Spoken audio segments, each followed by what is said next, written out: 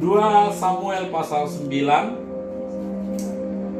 ayat 1 sampai 13. Daud dan Mefiboset. Berkatalah Daud, "Masih adakah orang yang tinggal dari keluarga Saul? Maka aku akan menunjukkan kasihku kepadanya oleh karena Yonatan. Adapun keluarga Saul mempunyai seorang hamba yang bernama Ziba. Ia dipanggil menghadap Daud, lalu raja bertanya kepadanya, 'Engkaukah Ziba?' Jawabnya, 'Hamba, tuanku.' Kemudian berkatalah raja, 'Tidakkah ada lagi orang yang tinggal dari keluarga Saul? Aku hendak menunjukkan kepadanya kasih yang dari Allah.' Lalu berkatalah Ziba kepada raja, 'Masih ada seorang anak laki-laki Yonatan yang cacat kakinya.' Tanya raja kepadanya, 'Di manakah ia?' Jawab Ziba kepada raja, 'Dia ada di rumah Makhir bin Amiel di Lodebar.' Sesudah itu Raja Daud menyuruh mengambil dia dari rumah Makhir bin Amiel dari Lodebar. Ayat 6, dan Mefiboset bin Yonatan bin Saul masuk menghadap Daud. Ia sujud dan menyembah. Kata Daud, 'Mefiboset.' Jawabnya, 'Inilah hamba tuanku.' Kemudian berkatalah Daud kepadanya, 'Janganlah takut, sebab aku pasti akan menunjukkan kasihku kepadamu oleh karena Yonatan ayahmu. Aku akan mengembalikan kepadamu segala ladang Saul nenekmu, dan kau akan tetap makan sehidangan dengan aku.' Lalu sujudlah Mefiboset dan berkata, 'Apakah hambamu ini sehingga engkau menghiraukan anjing mati seperti aku?' Lalu raja memanggil Ziba, hamba Saul itu, dan berkata kepadanya, 'Segala sesuatu yang adalah milik Saul dan milik seluruh keluarganya aku berikan kepada cucu tuanmu itu. Engkau harus mengerjakan tanah baginya, engkau, anak-anakmu dan hamba-hambamu, dan harus membawa masuk tuayannya supaya cucu tuanmu itu ada makanannya. Mefiboset cucu tuanmu itu akan tetap makan sehidangan dengan aku.' Ziba mempunyai 15 orang anak laki-laki dan 20 orang hamba. Berkatalah Ziba kepada raja, 'Hambamu ini akan melakukan tepat seperti yang diperintahkan tuanku raja kepadanya.' Dan Mefiboset makan sehidangan dengan Daud sebagai salah seorang anak raja. Mefiboset mempunyai seorang anak laki-laki yang kecil yang bernama Mika. Semua orang yang diam di rumah Ziba adalah hamba-hamba Mefiboset.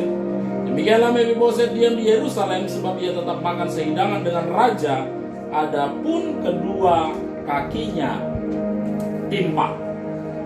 Hari ini kita belajar tentang hal yang begitu luar biasa, ya, yaitu kisah di mana Mefiboset hidupnya diubahkan oleh Tuhan. Mefiboset ini adalah anaknya Yonatan. Kenapa dia lumpuh? Kalau kita baca di kisah sebelumnya, ketika ayahnya dan kakeknya diketahui mati, karena mereka ini waktu itu musim perang.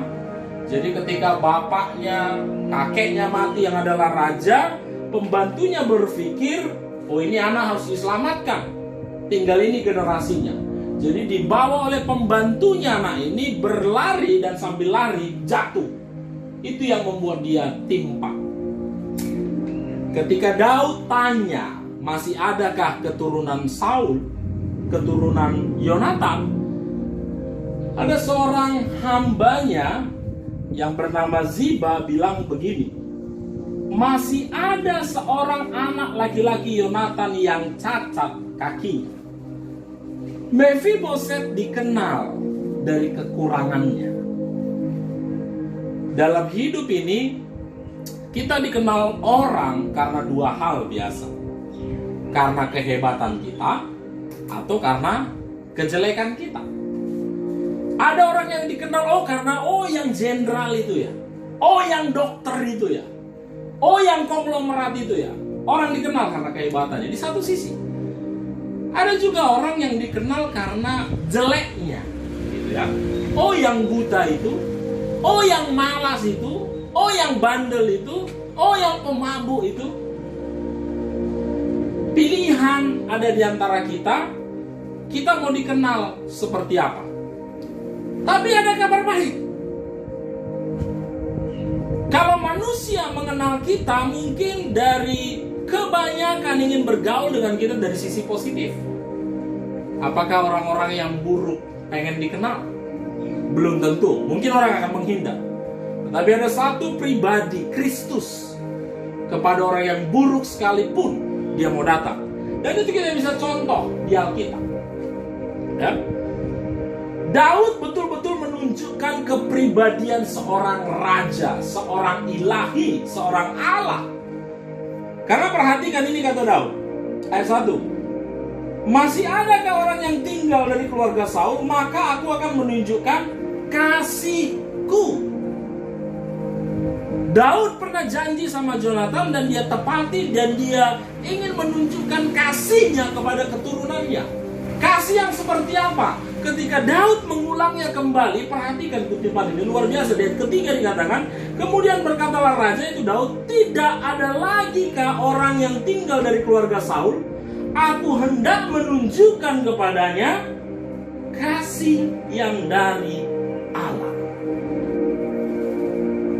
Jadi kasih yang ada di dalam diri Daud ini adalah kasih Allah.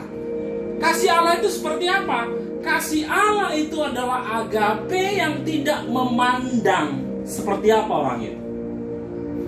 Kalau kasih manusia yang dikeluarkan oleh Daud, kita tahu bahwa kakeknya adalah musuh besar daripada Daud. Kalau kasih manusia, tentunya Daud akan bilang, kubinasakan semua. Tetapi Daud menyampaikan di ayat ketiga, aku akan menunjukkan kepadanya kasih yang dari Allah. Loh, kok bisa Daud menunjukkan kasih Allah? Karena dia terima. Kita gak akan bisa memberi sesuatu yang belum kita terima. Dari mana kita tahu Daud itu menerima kasih Allah? Belasan tahun sebelumnya, dia hanya seorang penggembala kambing domba yang tidak diperhitungkan oleh siapapun, termasuk oleh saudara-saudaranya, termasuk oleh bapaknya. Sebab ketika Samuel datang ingin mengurapi seorang raja, ketika Samuel tanya mana anakmu Isai, ditunjukkan anak-anaknya, kecuali Daud. Karena Daud gak diperhitungkan. Daud ini bukan siapa-siapa di mata keluarganya. Tapi di mata Tuhan, Daud spesial. Di mata Tuhan, Daud luar biasa. Dia hanya seorang penggembala yang dia gembalakan juga gak banyak, hanya 2-3 ekor kata Alkitab. Tapi Allah menunjukkan kasihnya kepada Daud, sehingga di padang belantara pun dia dikejar, dia dicari, dibawa pulang. Dilupakan oleh saudara, dilupakan oleh orang tua. Tapi Tuhan gak lupa sama dia. Tuhan mencurahkan kasihnya, diurapinya belasan tahun sebelumnya Daud sebagai raja. Itu kasih Tuhan yang terbesar yang diterima Daud. Bahkan di padang belantara, Daud bersaksi lewat mazmur-mazmurnya betapa kasih Tuhan itu begitu hebat dalam hidup. Satu mazmur yang sangat terkenal, Mazmur 23. Karena Daud seorang gembala, dia mengerti seperti apa itu seorang gembala. Makanya Daud bilang, Tuhan adalah gembalaku, takkan kekurangan aku. Dia mengerti kasih Tuhan dalam hidupnya. Dan kasih Tuhan itu yang dia tunjukkan kepada Mephiboset. Mephiboset hanya orang cacat yang dilupakan sebenarnya, karena dia tinggal di satu tempat yang bernama Lodebar. Lodebar itu artinya, kalau lo itu tidak, debar atau dabar itu artinya padang rumput atau firman. Lodebar itu bicara tempat yang tidak ada hijaunya sama sekali. Lodebar itu bicara tempat yang gak ada kehidupan sebenarnya di situ. Bayangkan, orang cacat berasal dari keturunan yang kalah dan tinggal di tempat yang tidak terkenal, tempat kumuh, tempat yang gak ada kehidupan di situ. Komplitlah penderitaan daripada Mephiboset. Jadi kalau hari-hari ini ada di antara saudara yang merasa hidupmu begitu menderita sekali, ya, mungkin kau lihat dompetmu sudah kering, Kemarin saya dengar ada yang punya toples, toplesnya juga sudah kering. Mungkin ada celenganmu juga sudah kering. Mungkin tempat berasmu semua sudah kering. Komplitlah penderitaanmu di musim-musim pandemi ini. Dan kau berpikir, masih adakah harapan dalam hidupmu? Kalau kau mengalami itu hari-hari ini, saya menyebutnya dengan lodebarmu. Tidak ada kehidupan. Dabar selain lodebar, lo tidak dabar artinya padang rumput. Dabar itu juga artinya firman. Lodebar bukan hanya menggambarkan tempat yang tidak ada kehidupan, tidak ada subur-suburnya. Lodebar juga menggambarkan gak ada firman. Mungkin kadang-kadang saking situasi yang begitu sulit, kita baca Alkitab pun sepertinya firman itu tidak begitu kuat berbicara. Kita ngerasa seperti tidak dapat pewahyuan dan kita ngerasa, di mana Tuhan? Lodebar. Hari-hari ini banyak orang yang mengalami lodebar dalam hidupnya. Tidak ada kehidupan kering, tidak ada firman yang menyegarkan dalam hidupnya. Tapi ada kabar baik bagi saya dan saudara yang sedang berada dalam lodebarmu. Bagi saya dan saudara yang sedang ada di dalam penderitaan yang begitu komplit dalam hidupmu. Untuk Mephiboset ada Daud. Daud yang punya kasih Tuhan yang begitu besar. Dan Daud bilang kepada hambanya Ziba, panggil itu Mephiboset. Dan saya percaya Mephiboset ketika dipanggil dari tempat yang tidak ada kehidupan itu, dia mulai gemetar dan berpikir, jangan-jangan Daud mau balas dendam sama aku. Dari tempat kumuh yang tidak ada apa-apa, jadi ambil dengan gemetar dan sampai di hadapan raja. Apa kata Daud? Janganlah takut, sebab aku pasti akan menunjukkan kasihku kepadamu. Lebih 2000 tahun yang lalu, di muka bumi ini, di satu tempat yang bernama Israel, ada seorang pribadi yang bernama Yesus. Berkali-kali bertemu dengan orang yang sedang krisis dalam hidupnya. Perkataan yang sama Yesus bilang, jangan takut, firman. Jangan. Dan apakah Tuhan menunjukkan kasih-Nya kepada orang-orang yang dijumpainya hari itu? Tuh. Ada orang yang sudah frustasi semalam-malaman menjalaikan gak dapat apa-apa, dan Yesus menunjukkan diri kepada mereka dan orang itu diberkatinya dengan kelimpahan. Ada orang yang pendarahan 12 tahun ketika berjumpa dengan Yesus pendarahannya berhenti. Ada 5.000 orang yang sedang kelaparan dikasih makan sampai kenyang sama Tuhan. Tuhan bilang apa? Aku menunjukkan kasih. Daud bilang sama Mephiboset, jangan takut, aku tunjukkan kasihku kepadamu. Kita lah Mephiboset itu. Banyak kecacatan, banyak kelumpuhan dalam hidup kita. Hari ini dunia Indonesia, setiap tempat di mana kita berada secara ekonomi lumpuh. Kita berdiam di dalam lodebar, kita nggak bisa buat apa-apa. Kita bergantung dengan banyak orang. Tapi jangan takut. Tuhan masih punya banyak Daud-Daud di akhir zaman ini untuk menolong hidup saudara. Diambilnya Mephiboset dari tempat kumuh, dari tempat yang nggak ada harapan, kemana? Ini kata Daud, aku akan mengembalikan kepadamu segala ladang Saul nenekmu, dan engkau akan tetap makan sehidangan dengan aku. Wow.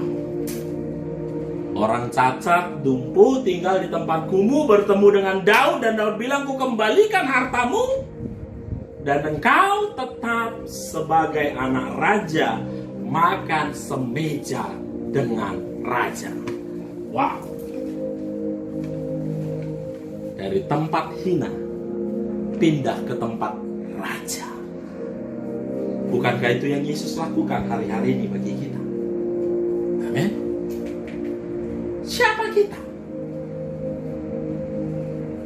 Tapi ketika Tuhan menunjukkan kasih-Nya kepada kita, Dia ubah hidup kita. Dari tempat kumuh yang gak ada apa-apa, gak ada harapan, dibuat seperti seorang raja. Saya ingat pernah beberapa waktu yang lalu diundang makan ke satu tempat yang begitu mahal dan terkenal, dan di setiap meja ada nama siapa yang duduk di situ. Kalau tak ada namamu, tidak boleh duduk di situ. Dan waktu saya datang ke meja itu, saya lihat nama saya. Wow, betapa mulianya, betapa terhormatnya saya dibuat waktu itu. Dan saudara, begitulah rasa daripada Mephiboset. Jadi setiap kali Daud mengadakan makan dengan keluarganya, jadi raja itu punya meja, jadi mereka makan sama-sama. Daud datang, ada istrinya, ada anak-anaknya. Ketika mereka lagi kumpul makan, dilihat itu ada satu kursi kosong. Siapa yang belum hadir? Ketika mereka melihat, menoleh, tiba-tiba ada bunyi tongkat. Tak, tuk, tak, tuk, tuh. Mephiboset. Karena cacat, agak lambat. Ditunggu nggak? Orang yang terhina, yang terbuang, yang dilupakan itu dinanti oleh raja. Saudara ingat siapa? Yesus. Yesus. 2000 tahun yang lalu Dia tinggalkan sorga. Ngapain? Nebus kita orang-orang cacat, orang-orang hina ini. Supaya apa? Ditempatkannya di dalam kerajaan. Ketika Mephiboset dapat kehormatan itu, Mephiboset bilang begini, siapa aku ini? Sehingga engkau menghiraukan anjing mati seperti aku. Anjing itu bukan binatang yang penting bagi orang Israel. Haram itu. Tapi Mephiboset menyamakan dirinya kepada sesuatu yang haram, mati lagi. Artinya apa? Aku ini nggak ada harganya. Makanya Mephiboset bilang, kenapa kau perhatikan aku? Kata yang dipakai dalam bahasa Ibrani menghiraukan di situ adalah taknah. Taknah artinya adalah menoleh, berpaling, melirik. Mephiboset itu ada di tempat kumuh, cacat, dilupakan. Tapi Daud lirik, pindah dia dari tempat hina ke meja raja. Hari ini saya berdoa bagi saudara semua. Saya nggak tahu di mana lodebarmu, saya nggak tahu apa kecacatan, ketimpanganmu, saya nggak tahu apa penderitaan dan kehinaan yang kau sedang alami hari-hari ini. Tapi doa saya kepada Tuhan hari ini, Bapa, lirik setiap mereka yang sedang menderita hari ini. Panah artinya dilirik. Satu lirikan Daud mengubah Mephiboset dari kehinaan kepada kemuliaan. Saya mau bilang sama saudara semua yang dengar ini, yang dengar juga melalui siaran ini, yang kau butuhkan gak macam-macam Bapak Ibu. Yang kau butuhkan cuma satu lirikan Tuhan. Haleluya. Coba lirik dulu orang di sebelahmu. Satu lirikan itu yang mengubah hidup Mephiboset berubah dari hina menjadi mulia. Dan itu Daud yang lirik. Saudara tahu siapa yang lirik engkau hari ini? Tuhan Yesus. Amin. Haleluya. Dan saya hanya mau bilang, bukan cuma di liriknya dia tinggalin surga, ketemu dengan saudara. Wah. Satu lirikan Daud merubah hidup Mephiboset. Satu lirikan Tuhan merubah hidup saudara, merubah hidup kalian semua. Di liriknya, ketika diliriknya, diingatnya, ketika diingatnya dia bilang, ku kembalikan.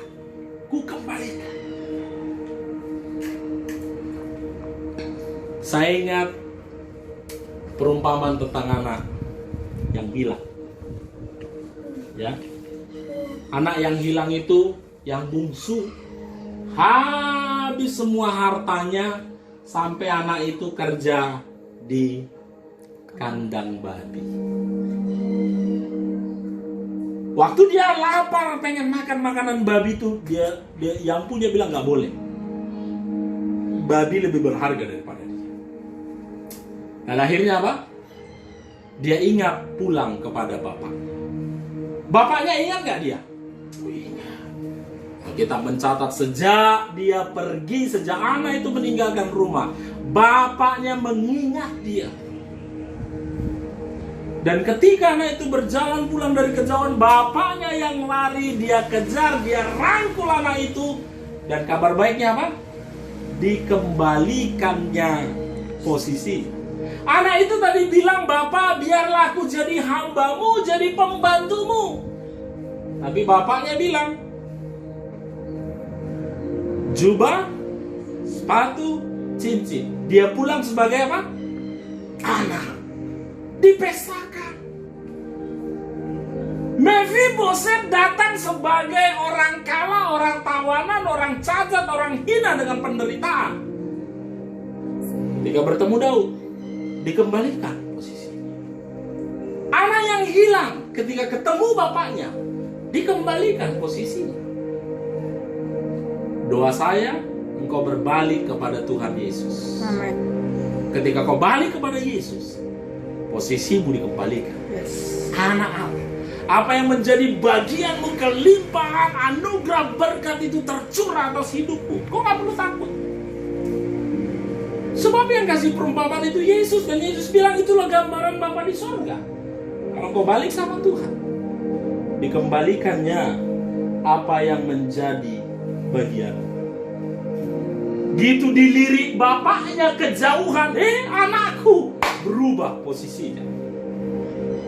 Daud melirik Mephibosheth, Mephibosheth berubah dari hina kepada mulia.